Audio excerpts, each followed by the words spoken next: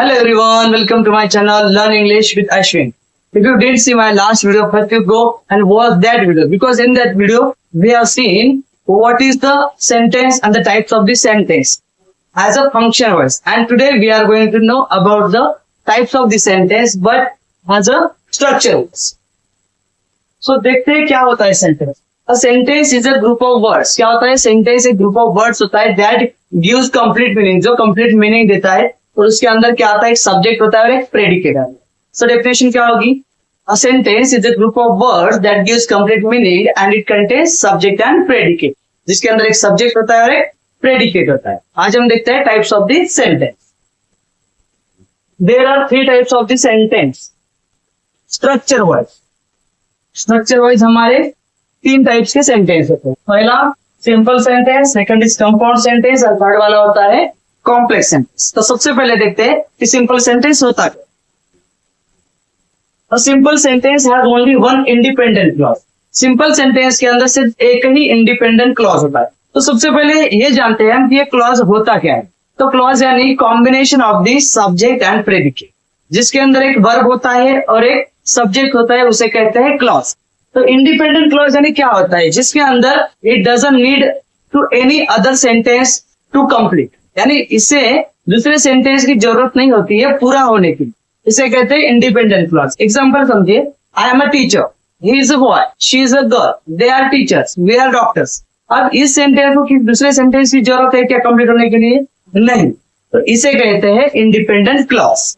Sentence समझिए, he has a pen, उसके पास एक पेन है. तो इसके अंदर क्या है? एक है सब्जेक्ट और एक वर्ब. तो ये भी क्या होगा? ये होगा एक clause. Was she going to back her home? क्या वह उसके घर रिटर्न जा रही थी, वापस जा रही थी? इसके अंदर भी एक है सब्जेक्ट और एक है verb. I couldn't do anything for you. मैं आपके लिए कुछ भी नहीं कर सकता. I couldn't do anything for you. इसके अंदर भी एक है सब्जेक्ट और एक है verb. He was playing with me. वह मेरे साथ खेल रहा था.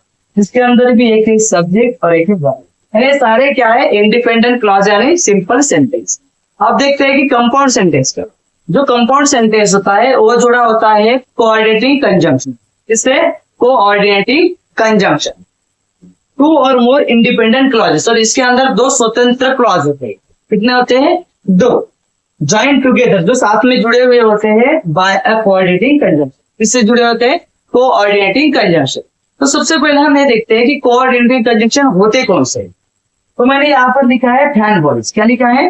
Fan words. अभी इनका फुल फॉर्म बनाना है. फैन से आता है फॉर, ए से आता है एंड, एन से आता है नॉन, बी से आता है वर्ब, ओ से आता है ऑन, वाई से आता है ए, तो ए से आता है सो.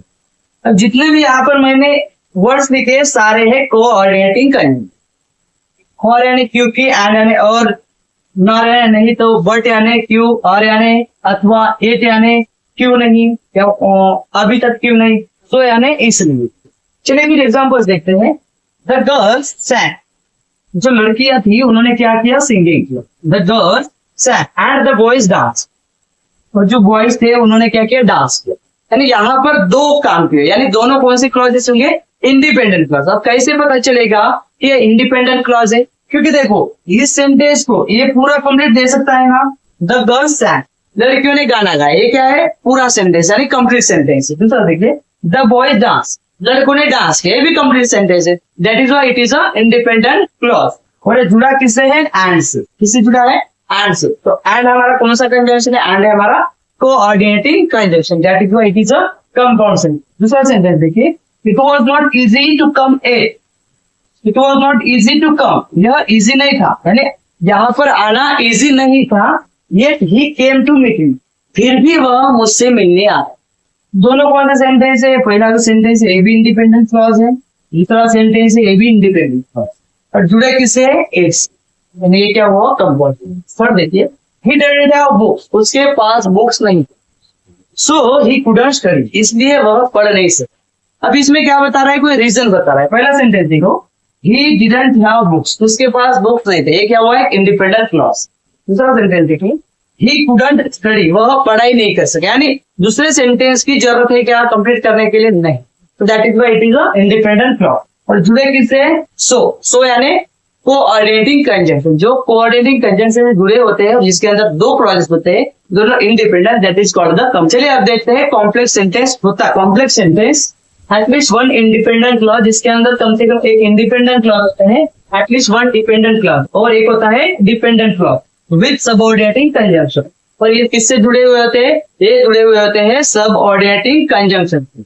और डिपेंडेंट क्लॉज को ही सबऑर्डिनेट क्लॉज भी कहा जाता है। तो देखते हैं सबऑर्डिनेटिंग कंजंक्शन होते कौन से।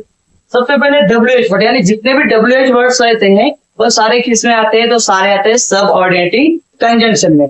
और भी कुछ होते हैं जैसे दैट, सिंस, व्हाइल, इट, दो, इवन दो, ये सारे और एक्सेट्रा, यानी ऐसे बहुत सारे होते हैं, लेकिन अभी हमें फिलहाल इतने ही दिया है। चलो एग्जाम्पल समझते हैं। If you work hard you will pass, अगर तुम कठिन परिश्रम करोगे तो तुम पास हो। अब देखो इसके अंदर क्लॉजेस कितने हैं? दो क्लॉजेस है, एक है डिपेंडेंट क्लॉज और एक है इंडिपेंडेंट क्लॉज। तो हमें कैसे पता चलेगा कि डिपेंडेंट क्लॉज कौन सा है और इंडिपेंडेंट क्लॉज कैसा है? तो देखिए जो पूरा मीनिंग देता है, जो कंप्लीट मीनिंग देता है, होता है इंडिपेंडेंट क्लॉज। और जो पूरा मीनिंग नहीं देता है, जो किसी के ऊपर डिपेंड होता है और उसके साथ कोई सबऑर्डिनेटिंग कंजंक्शन लगा होता है, वो होता है डिपेंडेंट क्लॉज। एग्जाम्पल देखिए, if you work hard you will pass, अगर तुम कठिन परिश्रम करोगे तो तुम पास होगे। If you work hard, if you work hard.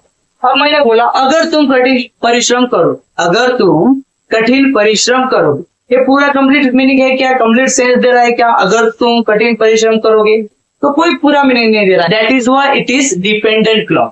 और जो डिपेंडेंट क्लॉज होता है वो हमेशा होता है सबऑर्डिनेटिंग कंजंक्शन के साथ। तो देखिए डिपेंडेंट क्लॉज के साथ क्या लगा है? Subordinating conjunction. You will pass, तो आप पास हो गए। इसको किसी और सेंटेंस की जरूरत है क्या? नहीं, इसलिए ये क्या होगा? Independent clause. ये होगा डिपेंडेंट क्लॉज। अगर कोई सबऑर्डिनेटिंग कंजंक्शन स्टार्टिंग में आता है तो हमें यहाँ पे कॉमा देना है, यानी एक क्लॉज कंप्लीट होने के बाद हमें कॉमा लगाना है।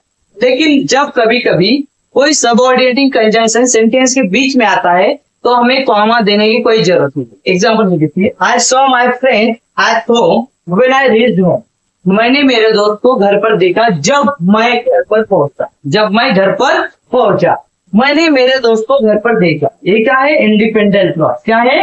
इंडिपेंडेंट क्लॉज, क्योंकि इसे दूसरे सेंटेंस की जरूरत नहीं है। That is why it is an independent clause. When I reached home, जब मैं घर पहुंचा, जब मैं घर पहुंचा, ये क्या है? डिपेंडेंट क्लॉज, क्योंकि यह क्या है?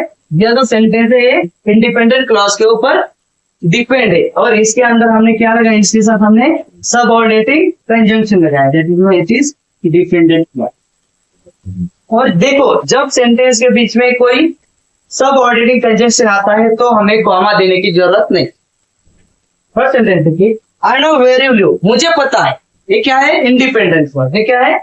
इंडिपेंडेंट, मुझे पता है।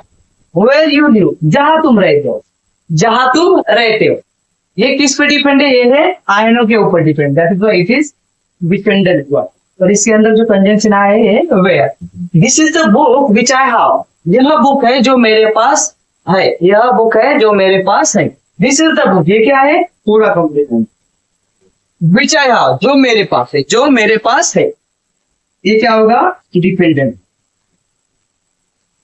I was studying while my friend playing cricket, मैं पढ़ रहा था जबकि मेरा दोस्त क्रिकेट खेल रहा था। मैं पढ़ रहा था, ये क्या हुआ? इंडिपेंडेंट क्लॉज, क्योंकि पूरा मीनिंग दे रहा है। व्हाइल, जबकि मेरा फ्रेंड खेल रहा था, जबकि मेरा फ्रेंड खेल रहा, ये क्या हुआ? डिपेंडेंट क्लॉज, क्योंकि इसके साथ कंजंक्शन भी लगा।